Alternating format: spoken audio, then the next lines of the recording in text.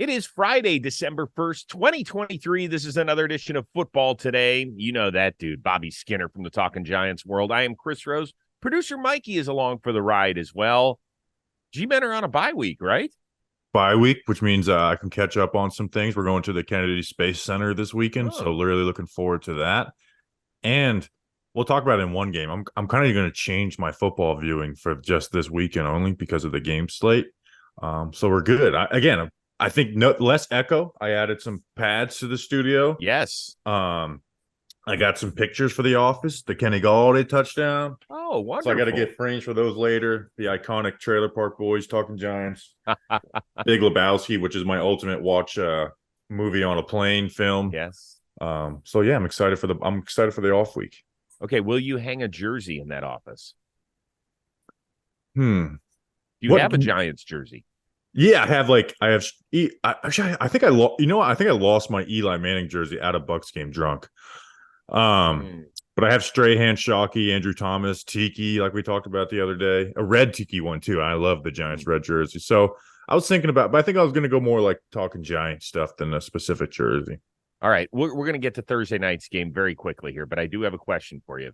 I'm calling the Browns-Rams game on radio, and so my two sons are going to go with my brother to the Browns game. Not that they can't go on their own, but they're 23 and 18, so they just want to go. My oldest son asked me yesterday, Dad, can I wear my DeShone Kizer jersey? Man who never won a start as a Cleveland Browns quarterback.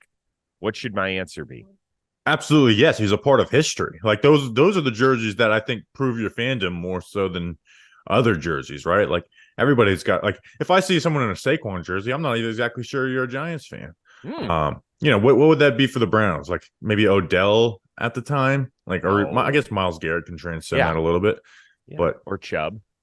Yeah, so it's like I love those types of jerseys. Like I've been to some Bucs games, and I love seeing them there in their Josh Freeman jerseys. Still, it's like, man, you bought a Josh Freeman jersey.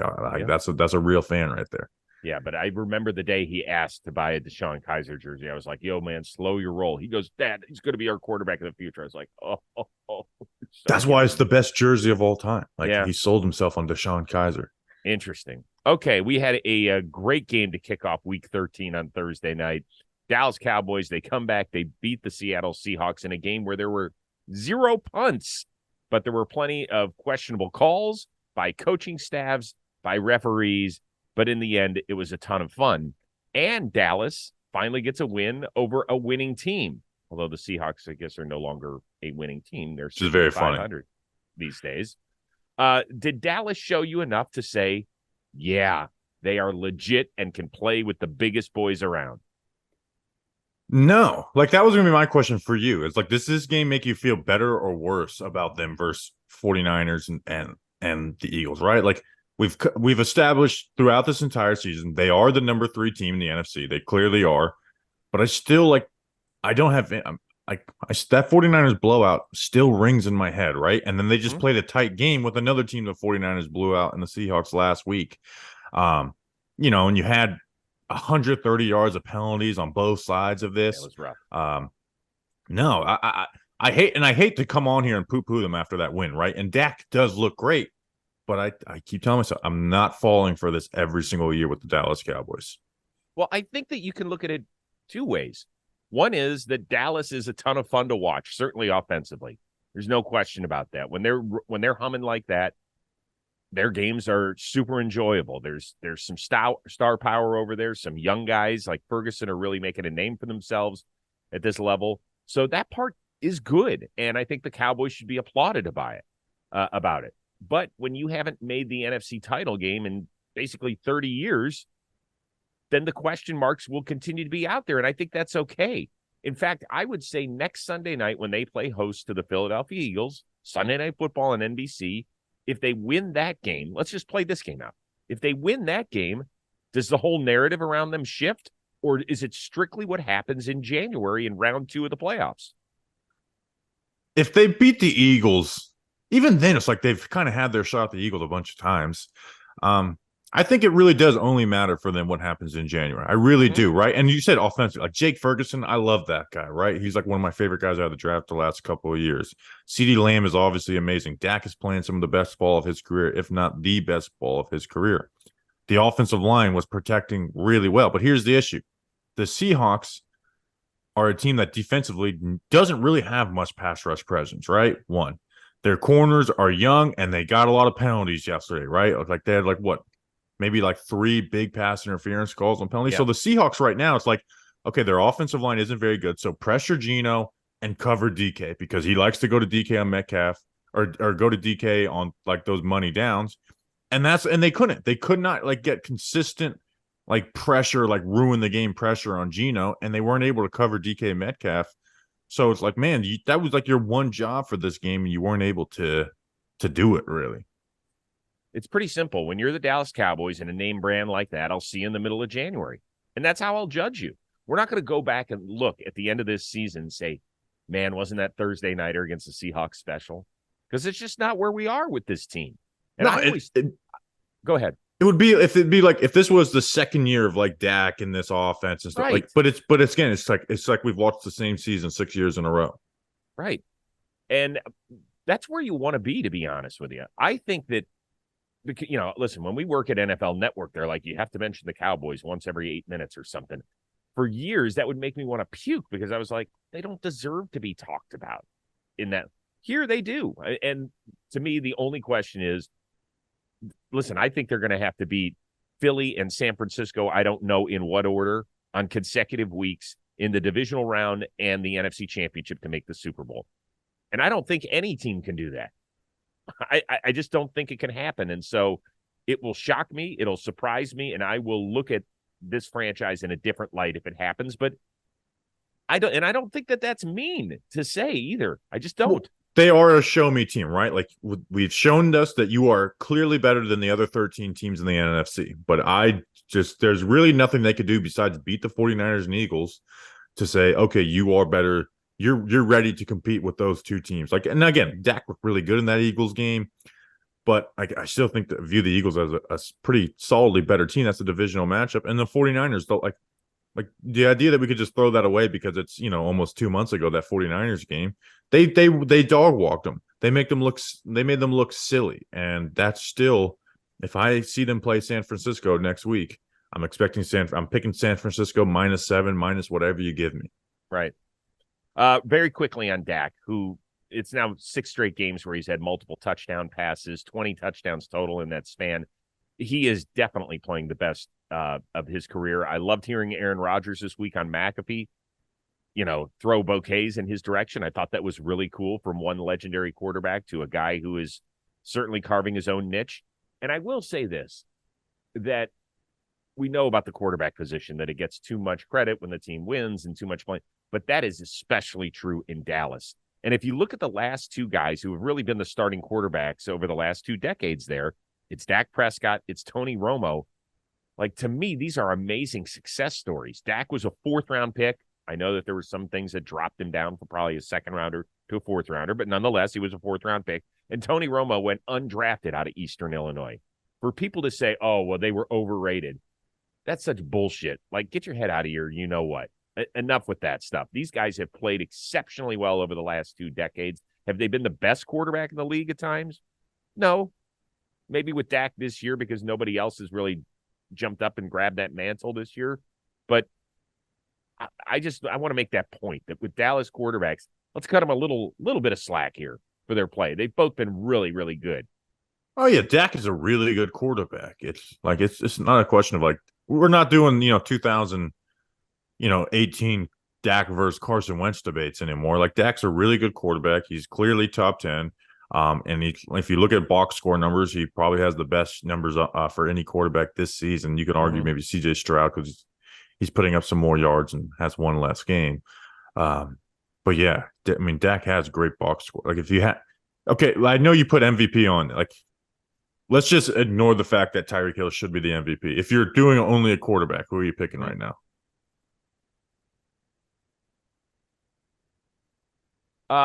Ooh. It's tough, dude. It's not tough. a good year. I know. I would think about CJ Stroud. I would give him a serious thought if they make the playoffs, because I mean, we'll talk about them a little bit later, but I never would have thought that they won 6 of their first 11 games. No way. And he is doing it. He's not dinking and dunking, dude. He's Well, he has leading the the most league yards in per passing attempt, yards. most So explosive. We'll talk about them in a second. Yeah, I would I think would about probably him, put but CJ Stroud number 1, Dak number 2 with QBs. yeah, but I wouldn't have any problem with Dak winning it at this point. And depending on what happens with Brock Purdy down the stretch, particularly Sunday afternoon in Philly, that might change things a little bit.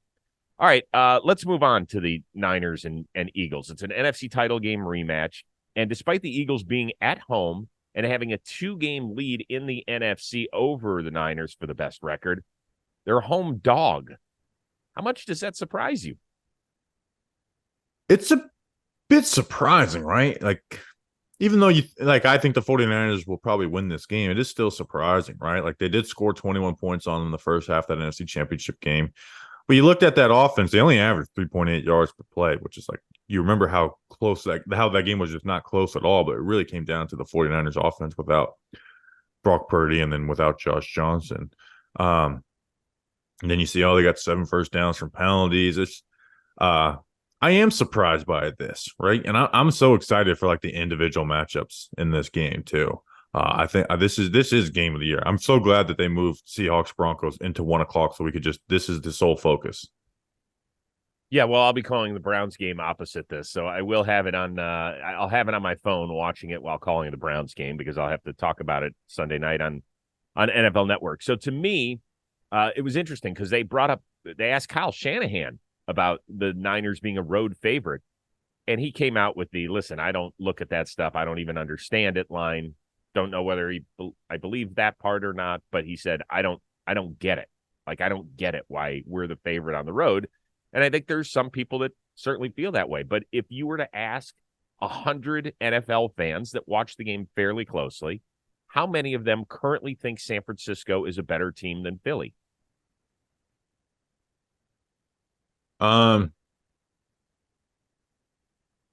60? I don't know. It's 60 or 65, which in that case, then I understand it a little bit. I do Yeah. understand it a little bit.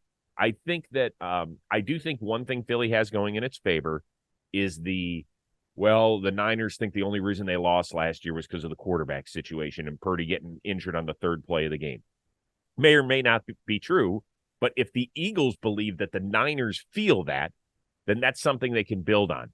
However, if we're just looking at the 4 units of the team, meaning San Francisco's offense, defense, Philly offense, and defense, the one that to me is most worrisome is the Philly defense, because it is not what it was a year ago. Last year, they were top 8 in points allowed per game. This year, they're bottom half of the league. And that's something that can be really, really concerning. I know they're at home. I know they're in front of those mutant fans who are going nuts all the time. Maybe that helps build up their pass rush a little bit more against San Francisco, but that's a little troubling to me. Yeah, and even like the matchups on the other side of the game, I was like, those are matchups that the 49ers like to win. Like, I'm so excited to see Javarius Ward versus A.J. Brown. Like, you look at, okay, A.J. Brown's a big body guy, so is DK Metcalf, even though DK doesn't always play like the big body guy. But we saw what DK Metcalf did last night. Like, Ward held him to 1 for 6, 1 completion on 6 throws at him. And A.J. Brown, I'm excited for that. And then the real one, hopefully the 49ers, who usually do put both on the right tackle, Lane Johnson, who's a little banged up, versus Nick Bosa. Like, that could be the decider of this game right now. We've talked about on this show too how when Lane Johnson's out, Jalen Hurts. Like, I mean, again, that's how they lost to the Jets. Their one loss of the year was because Lane Johnson was out. Can Nick Bosa win that matchup? Like, it's best right tackle in the game versus arguably best pass rusher in the game. San Francisco is also kind of coming off that mini bye. They did play on the road at Seattle on Thanksgiving night. But it's still a long trip to Philly, and maybe that'll even things out there. The one last stat I will give you, and I think it's impressive, is that Jalen Hurts has won 14 straight games against winning teams. That means something, man. I mean, you would have figured at some point they would have had a little slip up with him, and it just hasn't happened. Obviously, we're talking about regular season, because Kansas City was a winning team when they faced them in the Super Bowl. Yeah, and that is it's and going back to the last topic, that is why it's like we look at them so much clearly higher than the Dallas Cowboys. Mm-hmm. Um, so yeah, I mean this is absolutely game of the year. This is the NFC Championship, right? This is why we were a little bit dismissive of Dallas in the last segment. Is that like this is the NFC Championship? Like unless there's injuries to these guys' quarterbacks, this is what we're gonna see the end of January. All right, let's move on to a fun one in Houston. The Broncos and the Texans, both 6-5 and right on the cusp of the playoffs. Is Denver going to keep rolling and make it 6 straight wins? It's so funny, like you think of like, oh, Denver 5-game winning streak. That's nice. Who'd they play? Oh, I don't know, 4 straight playoff teams. And their pass defense has been really good in that stretch. I'm so excited for this game. I'm not doing any red zone this week. I am watching Broncos Texans. That's it. I'm not watching any other games. Maybe I'll put red zone on my laptop next to me, but I am tuned in on this game because these are two playoff like contending teams, and I want to see tell me who you are. Like winner of this game is moves up a notch for me in this game. So I'm very excited to see CJ Stroud for that versus that pass defense. The Broncos want to run the ball a lot, and the Texans are great at stopping the run. Like what D'Amico Ryans has done with that, going from one of the worst to the best run defenses is astounding. So I want to see some of these, like, this is not a star-studded matchup, but I want to see some of these young guys. Like Will Anderson Jr. been playing great this year. Take over this game, right? CJ Stroud, create explosives. Patrick Surtain, can you shut down Nico Collins when it looks like Tank Dell might not play in this game? So I want to see the young guys in this game like take a step forward. Yeah, that's always fun. Denver has played extremely well, particularly because of that defense, which leads the league in takeaways with 22. And Houston, I know that last week against Jacksonville, they didn't have any turnovers, but in the previous 2 games, they had 3 in each contest. That's a thing that can do a young team wrong. And so that's something I'll be watching here. And also, I just want to see the continued maturation of CJ Stroud right in front of our eyes. He continues to build with these late game heroics against teams like Tampa Bay. And then the one against Cincinnati really, really impressed me. Getting that done on the road against a team that's made consecutive AFC Championship game appearances. He's in line to become the first rookie since 1939 when Davey O'Brien did it to lead the league in passing yards per game. He's at like 296 and change right now, I think. And in an era where we have some superior passing and guys that are uber decorated, I think that'd be really, really impressive. Yeah, I mean, we talked about it before. He's a legit MVP candidate. Like if you voted CJ Stroud for MVP right now, nobody would blink at that. Well, that's not true. I think a lot of people would. I think you really, I don't, because I think sometimes people vote that MVP like it's a little bit like it's a legacy award. Like if you've been hovering around and then finally you do something super special, well, let's just give it to him because, he's tried so hard in recent years. Yeah, like the Kobe MVP in the NBA. I feel like that was a legacy one. Who won the MVP last year was Mahomes, right? Yep. Mm-hmm. Rodgers went back to back, and then I think it was probably Mahomes before that. Well, it's been a quarterback every year since AP in 2012. Adrian Peterson, and that was close too. That was so close, and it was like, why is this close? Give Adrian Peterson the damn MVP. Well, you were talking about Tyreek Hill.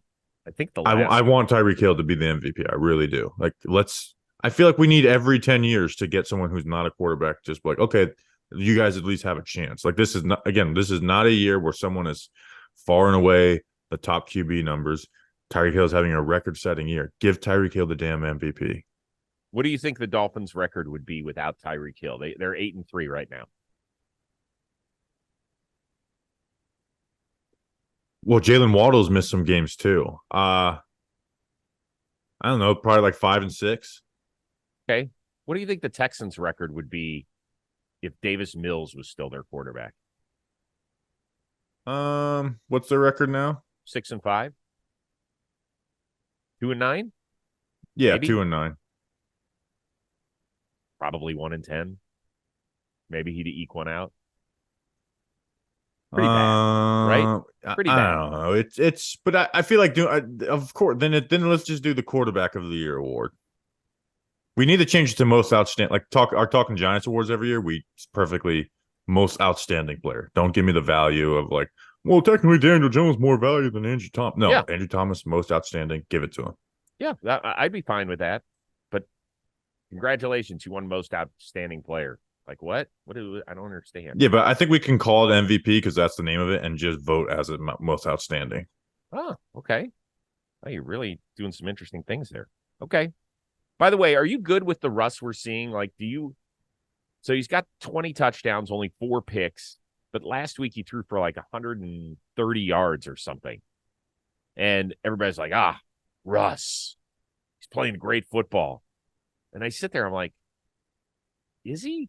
Is he playing great football, or is he just playing good enough football to where Sean Payton can win games with him? Yeah, which is, I'm looking at his contract now. It's like he has $85 million of dead cap if he's cut in this offseason. So they can't move off of him. Yeah, I don't know. It's such a weird spot where like this is what you would have expected Russ's first year in the league type stuff. And Right. You're kind of like winning with him instead of winning because of him. It's such a weird, one of the weirder like drop offs in the NFL is Russell Wilson, because as much as he had flaws in Seattle, he did some magical stuff, right? Like Totally. he was almost an MVP the year before he got injured and ended up leaving Seattle. I know some of the defensive changes for the league have really hampered him probably more than anybody else, but still, like, he's a smart dude. Like, he's my favorite Manning cast guest of all time, by the way, is Russell Wilson. Like, listening to him talk with Peyton and Eli no one's been better. Yeah, I have a hard time getting past real Russ and image Russ. Yeah, well, hearing him talk about football was kind of fun. Yeah, it's just a weird spot for Russ. Yeah, I wonder what he thinks, like he's being used like this. I don't know. Let's ride. That's what he thinks. I think he stopped doing that in interviews too, by the way. All right, Sunday night game. The champs will visit Lambeau Field with Green Bay just a half game out of the playoff chase. Are you confident that the Packers can keep us entertained all night long? No, because that Chiefs defense is really good. But this is the game for Jordan Love. Like, the Packers don't need to win this game. Look good versus defense. Not have your best statistical game, but look good versus defense. We'll see what you can do, because a lot of what he's doing is what Matt LaFleur's scheme is doing. Like, Matt LaFleur is like not getting the credit that he's due for the coaching job he's done. Like, Love has a second worst completion percentage in the NFL, only to Zach Wilson, but he's top 5 in yards per completion, right? So they're creating explosives, creating guys are open, and it's not like they have that stud star receiver. They got some guys, Christian Watson, who I like, Dobbs and Jaden Reed. Like, those are 3 guys that I like, but none of them are the star. So I want to see how he can do versus this defense, who has linebackers that play good in coverage, and they're, Aaron Jones going to expect him probably not going to play. So this is the game for Jordan Love. Show me. Is it real, or are you just kind of a scheme merchant? Yeah, we talked about him last 2 weeks, 5 touchdowns, no picks. He's gotten this team back believing a little bit. I think he will keep him in it, in part because I think the Green Bay defense is up for the challenge. Meaning just to keep Kansas City from running away like they did last week on the road out in Vegas, right? They finally put it together in a second half. They'd been the lowest scoring second half team all year, which was shocking. They were averaging a little bit over 5 points per game, 5 points per second half this season. And they put up 17 against the Raiders. So as long as Green Bay can keep that to 7, I think that'll be perfectly fine. I mean, we've talked about it before that, Mahomes has put up such amazing numbers the first 5 full seasons as a starter in his career, averaging basically 30 points per game. Well, this year they're averaging 23. That is a huge drop-off. So it feels like Kansas City doesn't have the ability to blow teams out at this point. And certainly teams that are playing their best ball of the season, which I think Green Bay is. So I think I expect them to. The Chiefs defense has been better than their offense this year. And that's why I'm excited for this matchup. Is like, you obviously have Mahomes and Kelsey on one side, but that defense versus Jordan Love should be a good match. And what LaFleur does. Are you believer in rust or rest coming off a bye week? Because I'm a hardcore believer of teams look worse coming off of their bye weeks. People think they're just spending an extra week preparing. No, they're on vacation. And think of when you come back from work for vacation, you're rusty. I'm a big believer that the Chiefs will be a little rusty. Well, the Chiefs played last week. I thought they had the bye week last week. No, they played the Raiders. I'm an idiot. Anyways, that topic doesn't mean anything. Well, we will table that discussion until next week because there are a half dozen teams that do have a bye, including your Giants. Yeah, when we're previewing that great Giants-Packers game, we gotta talk about rust versus rest. Yeah, we'll see. We'll see. Table that discussion. Last year, we had a guy almost lose his hand on an ATV accident, and now he's the center of Bryandale versus Wink Martindale. So excited for this bye week. Something with Giants players in their hands that are just addicted to almost losing them. All right, let's be careful, please. No firecracker accidents. Thank you. The weather might be cooling down, but the action on the field stays hot, like Florida. And today we've teamed up with DraftKings, an official partner of the NFL, to get you closer to the action. Right now, new customers who bet just $5 will get $150 in bonus bets instantly. So download the DraftKings app now and use promo code football today. Fan of multiple teams and want to bet on them all? Combine multiple bets together for a shot and even bigger payout. Doesn't that sound great? If sports betting is not yet available in your state, not to worry. You can still join in all the fun with DraftKings daily fantasy sports. Download the DraftKings Sportsbook app now. New customers use promo code football today. Bet just $5 on any wager and get $150 in bonus bets instantly. That's promo code football today. Only at DraftKings Sportsbook. You'll be glad you did. Last thing, Aaron Rodgers' 21-day practice window is open. He was back on the field this week. Are you getting any more excited? No, haven't they basically admitted he's not playing? Yeah, he did speak to beat writers, I believe, on Thursday about it. And he said, listen, we're going to be smart about this. Can I give you my theory? Give me it. My theory was that he probably pushed the Jets to open the window so that at 4-7, if they went on some sort of mini run, he could come back. But he knows full well that they're not good enough to, even if they got to 6-8 by the time he can be activated on Christmas Eve. Let's just play that out. That at 6-8, most likely there's going to be 5 teams definitely ahead of him to the point where things would have to go magical for the Jets. They'd have to win their last 3. And then they'd have to have like 3 of 5 teams lose all 3 games, like that sort of stuff. So that the odds of them making the playoffs are so slim that he'll come out and say, or the team will come out and say, we just think that it's best that he sits till next year. But Rodgers wants to be able to be right on the medical side of this, where he could come out and say, hey, listen, y'all doubted me. I could have done it. I could have been out there. But we'll never know because he won't be out there. That's my philosophy.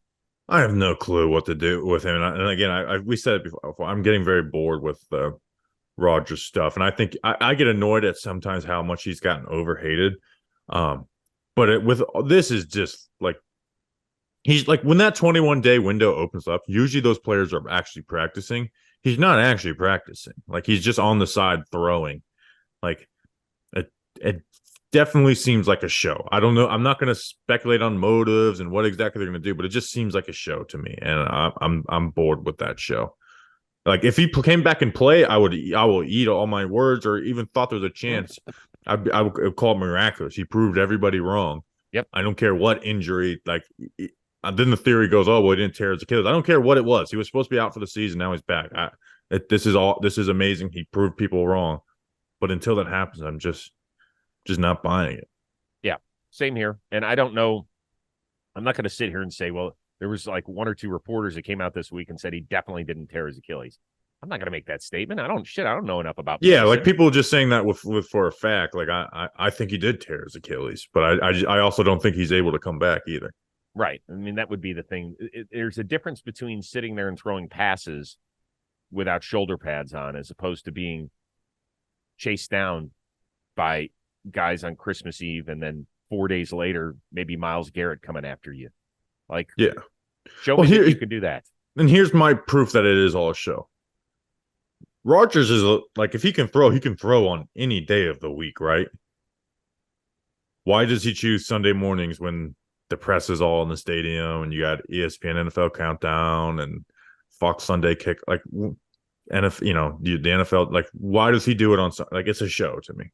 Yeah, well, that's what Emmanuel Acho said this week, I believe, right? Wasn't it Emmanuel Acho who came out and said that he might love his teammates, but he loves attention more, or maybe he loves both, but he certainly loves the attention.